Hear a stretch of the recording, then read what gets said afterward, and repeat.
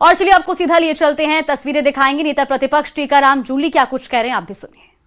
यमुना जल समझौते की बात कर रहे हैं कि झुंझुनू, सीकर, चूरू के अंदर हम यमुना समझौते का पानी लेके आएंगे। 1 इंच भी या 1 रुपया भी कोई बजट खर्च नहीं हुआ है। नहीं बोला है। इंदिरा गांधी नहर की बात कर रहे थे, पहले से कम जो है बजट खर्च हो रहा है और पूरे साल किसान धरने पे बैठे रहे। किसानों के जो फसल है उसको समर्थन मूल्य पे खरीद करने की बात कही, जो कि एकदम मिथ्या है। चारों तरफ डिमांड है समर्थन मूल्य पे खरीद करने की, लेकिन सरकार ने खरीद नहीं की। इसी प्रकार से आप बात करें कानून व्यवस्था की, कानून व्यवस्था के जो हालात हैं, यहाँ तो आज ये पढ़वाया गया, वाचन कराया गया कि हम तो आत्मरक्षा की ट्रेनिंग दे रहे हैं। भाई कौन सी ट्रेनिंग है? क्या हालात हो चुके राजस्थान के? लखपति दीदी के लिए भी मैं जरा करेक्ट करूंगा, मेरे को तो ऐसा सुना है कि 270 करोड़ रुपए का ऋण दिया है। अब 270 करोड़ में कितने लाख होते हैं ये तो जरा इनसे पूछ लेना। और 39,000 लखपति दीदी ने बनाई है, तो अगर उस रेशो में इनको देखोगे तो कितने रुपए में लखपति बनता है। तो ये नया फंडा जो है वो यहाँ इस बीजेपी सरकार के पास ही है, ये मैं कहना चाहूँगा। तो पूरा जो अभिभाषण था ये एकदम झूठ का पुलिंदा है। जो पिछले बजट के अंदर घोषणाएं की गई थी वो पूरी नहीं हुई, उसके बावजूद जो है अब नया सत्र आ गया है।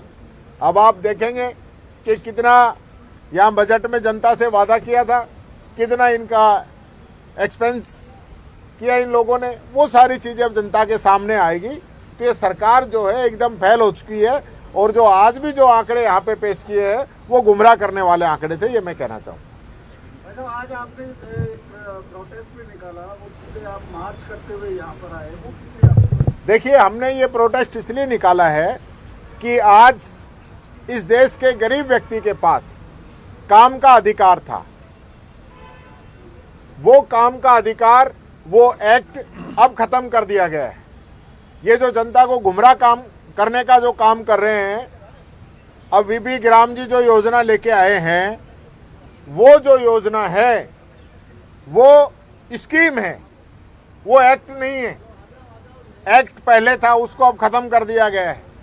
पहले पूरा पैसा मजदूरों का 100% पैसा भारत सरकार देती थी, योजना का 90% पैसा भारत सरकार देती थी, लेकिन अब उसके अंदर 60-40 का रेशो कर दिया है। मैं पूछता हूँ इस सरकार से, क्या ये लोग 40% हिस्सेदारी देने के लिए तैयार हैं क्या? इनके पास संसाधन है क्या? पहले ही हर एक राजस्थानी को 1 लाख के कर्जे में इन लोगों ने डुबो दिया है, तो आगे ये मनरेगा को चला पाएंगे क्या?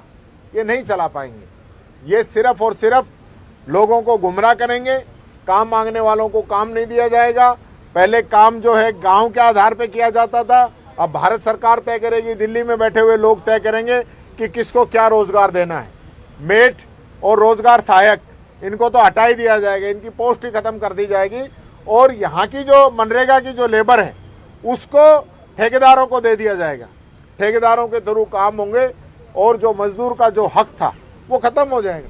उसको 12 महीना में कभी भी वो काम ले सकता था, अब 2 महीने की बंदिश रहेगी कि वो 2 महीने तो उसको काम ही नहीं मिलेगा। अब आप देखिए, अपना राजस्थान का जो एरिया है, कई इलाकों के अंदर खेती होती नहीं या कोई दूसरा बिजनेस ही नहीं है, दूसरा काम ही नहीं है, वो लोग कहाँ जाएंगे? और राजस्थान की बात क्यों करते हो? हिंदुस्तान के हर एक स्टेट की अपनी एक परिस्थिति है, वो उन परिस्थितियों के अंदर कैसे जीवन यापन करेंगे लोग, इस और इन लोगों का ध्यान नहीं है। तो ये मैं कहना चाहूँगा, ये बड़ा गंभीर इश्यू है। इसके लिए हमने आज जो है मार्च निकाला है और मैं समझता हूँ इस सरकार को सद्बुद्धि आएगी, क्योंकि अभी इन्होंने इसको मुद्दे को ठंडा करने के लिए 6 महीने के लिए इसको बढ़ा दिया है कि हम 6 महीने बाद जो है वीबी गिराम जी को लागू करेंगे। लेकिन आज ये नहीं कह रहे कि हम इस स्कीम को ही बंद करेंगे और मनरेगा को जारी रखेंगे। ये सिर्फ गुमराह करने का काम भारतीय जनता पार्टी की सरकार कर रही है, बात कहना चाहूँगा।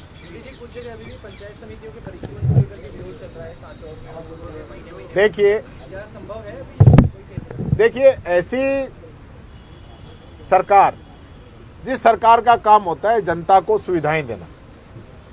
ग्राम पंचायतें, पंचायत समिति, जिला परिषद, जिले, तहसील, उपखंड, ये जो बनते हैं जनता की सुविधा के लिए बनते हैं कि लोगों को सुविधा हो, किराया भाड़ा समय ज़्यादा नहीं लगे लोगों को, इसकी बचत हो, इसके आधार पे इनका परिसीमन किया जाता है।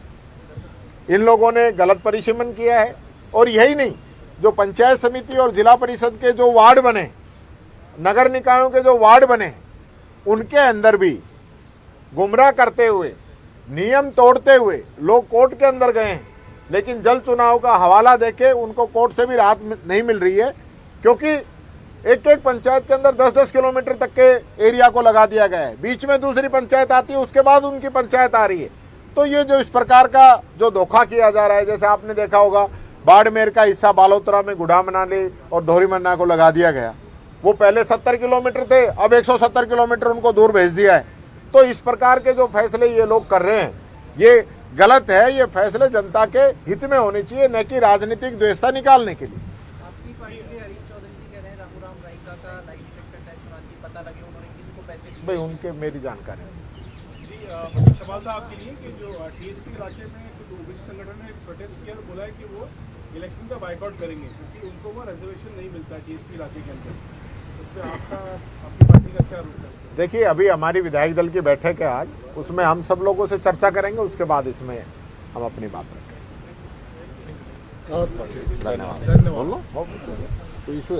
देखिए, आप सुन रहे थे नेता प्रतिपक्ष टीकाराम जूली को, जो कि आज किन किन मुद्दों को लेकर के विपक्ष मुखर रहने वाला है विधानसभा में। इन तमाम मुद्दों को लेकर के वो मीडिया से मुखातिब होते नजर आए। तो आज एक अनोखे अंदाज में कांग्रेस विधायक विधानसभा पहुंचे थे।